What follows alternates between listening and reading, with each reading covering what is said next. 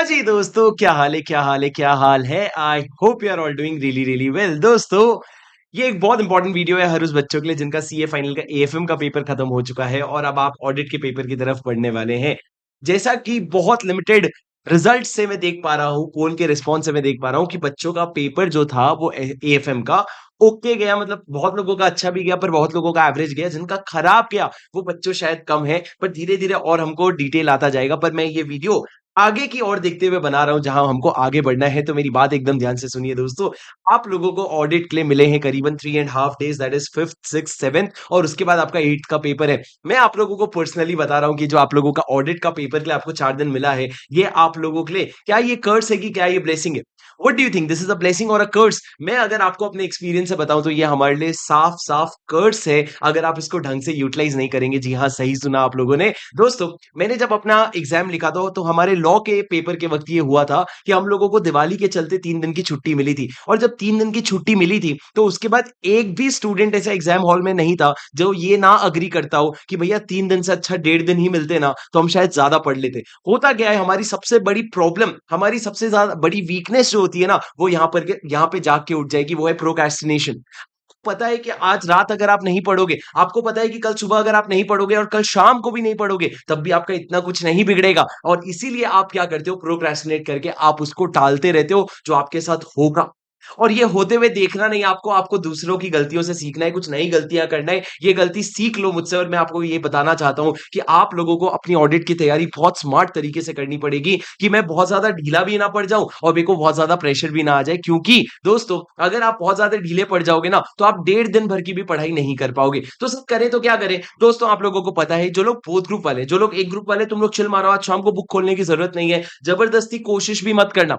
पर जो लोग, अगर आप लोग कोई लाइव रिवीजन देख रहे हो, लाइव वीडियोस देख रहे हो तो वो चलता है, बट अदरवाइज खुद से एफर्ट मत डालना। पर जो बच्चा बोथ ग्रुप लिख रहा है, आपके पास पढ़ने को एक सब्जेक्ट है, वो है आप लोगों का डायरेक्ट टैक्स। तो डायरेक्ट टैक्स आप ऑब्वियसली 1.5 दिन में नहीं पढ़ पाओगे। आज शाम का आपने प्लान जरूर किया होगा, प्लान मैंने भी किया था, पर एग्जीक्यूट नहीं होता। हम लोग सोचते हैं ये कर लेंगे वो कर लेंगे, बहुत अनरियलिस्टिक प्लान रखते हैं, पूरा पूरा ये खत्म कर देंगे। नहीं होता राजा। आपको बहुत रियलिस्टिक प्लान रखना पड़ेगा कि जितना मैं प्रेशर में कर सकूंगा। तो आप लोग अगर सोच रहे हो मैं पीजीबीपी जैसा लाइट चैप्टर पढ़ लूं, नॉट डन, क्योंकि वो बाद में आपके लिए प्रेशर नहीं बनता है। या आप सोच रहे हो कि मैं इंटरनेशनल टैक्सेशन जितना टफ चैप्टर कर लूं, यानी कि मैं एनआर टैक्सेशन कर लूं, कोई मतलब नहीं है, याद ही नहीं आएगा एग्जाम में।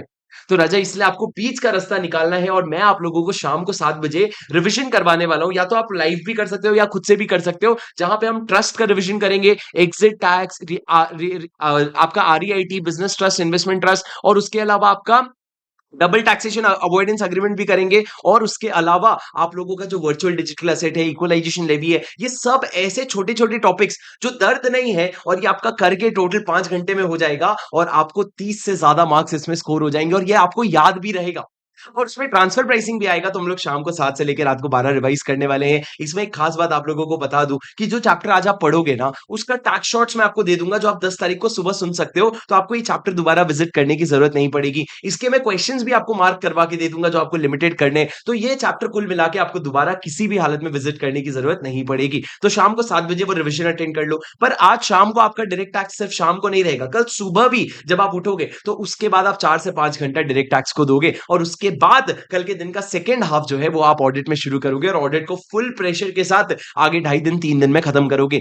Do realize that even if you start tomorrow afternoon, you will still have 3 days in hand for audit. और इससे ज्यादा जरूरी नहीं है, क्योंकि आप जितना उसके पहले पढ़ोगे वो आप नेचुरली भूल जाओगे। तो रजब, कल दोपहर को ऑडिट शुरू करेंगे, उसके पहले आज शाम को हमने ये सारे चैप्टर्स किए। कल सुबह अगर आप में हिम्मत होगा तो पीजीबीपी और उसके अलावा असेसमेंट ऑफ वेरियस एंटिटीज भी कर लेना। अब जो बच्चा एक ग्रुप लिख रहा है, फर्स्ट ग्रुप लिख रहा है, उसका तो पेपर यहाँ खत्म हो जाएगा। पर जो सेकंड ग्रुप भी लिख रहा है उसके लिए मैंने एक 1.5 दिन का रिवीजन प्लानर भी बना रखा है जो नीचे आपको डिस्क्रिप्शन में मिल जाएगा। तो दोस्तों, please make sure that you utilize your time very properly.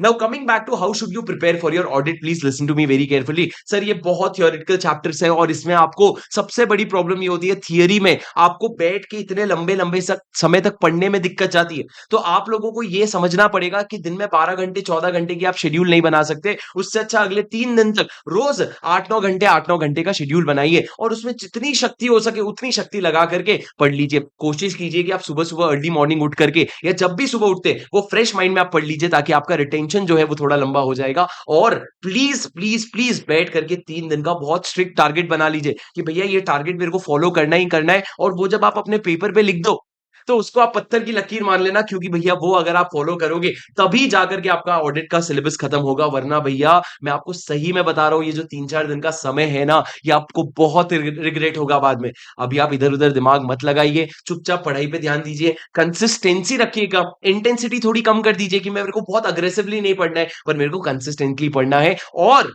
एक चीज और ध्यान रखना है, जो आप 5th को शाम को पढ़ोगे ऑडिट को और 6th को सुबह पढ़ोगे, वो दोनों का एक क्यूमुलेटिव रिवीजन आपको एग्जाम वाले दिन सुबह करना पड़ेगा। तभी जाके आपको बहुत अच्छा कंट्रोल आएगा उस टॉपिक पे और आप एग्जाम में लिख सकोगे। ठीक है guys, I really hope this thing was helpful for you. Don't make the mistakes that I did, because मेरा ऑडिट में सबसे कम स्कोर था मेरे सारे सब्जेक्ट में। ऑडिट में मेरी सबसे ज्यादा मेहनत लगी थी और उसके बावजूद भी मेरा ऑडिट में सबसे कम स्कोर था, क्योंकि मेरे लिए वो सब्जेक्ट मेरे लिए एक अजीब सा सब्जेक्ट है। तो वो मेरे जैसे बहुत सारे लोग होंगे, कुछ एक 10% कैटेगरी होगा जिसको ऑडिट से प्रेम है पूरा, पर उसके अलावा जो 90% प्रतिशत बच्चे हैं उनको audit pure theory, raw theory है जो उनको रटना पड़ता है। तो भैया उसको संभालना भी बहुत स्मार्टली पड़ेगा, बहुत ज्यादा मेहनत लगेगी, नंबर रिलेटिवली बाकी सब्जेक्ट से कम आएंगे पर फिर भी अपन संभाल लेंगे, कोई प्रॉब्लम नहीं है। ठीक है राजा, चलो that's it for today. I hope you this video was really helpful. अगर हाँ तो वीडियो को लाइक जरूर कर देना और कमेंट पे एक बार अपने लिए लिख के जरूर जाना that I will give my 100% in the audit exam. ये जरूर लिख के जाना ताकि आपको दिल से ये आवाज है। मैं मिलता हूं आपसे अगले वीडियो में। Until then take care, this is your C buddy Shubham single signing off. मिलता हूं शाम को 7 बजे डीटी के मैराथन के लिए। Bye bye.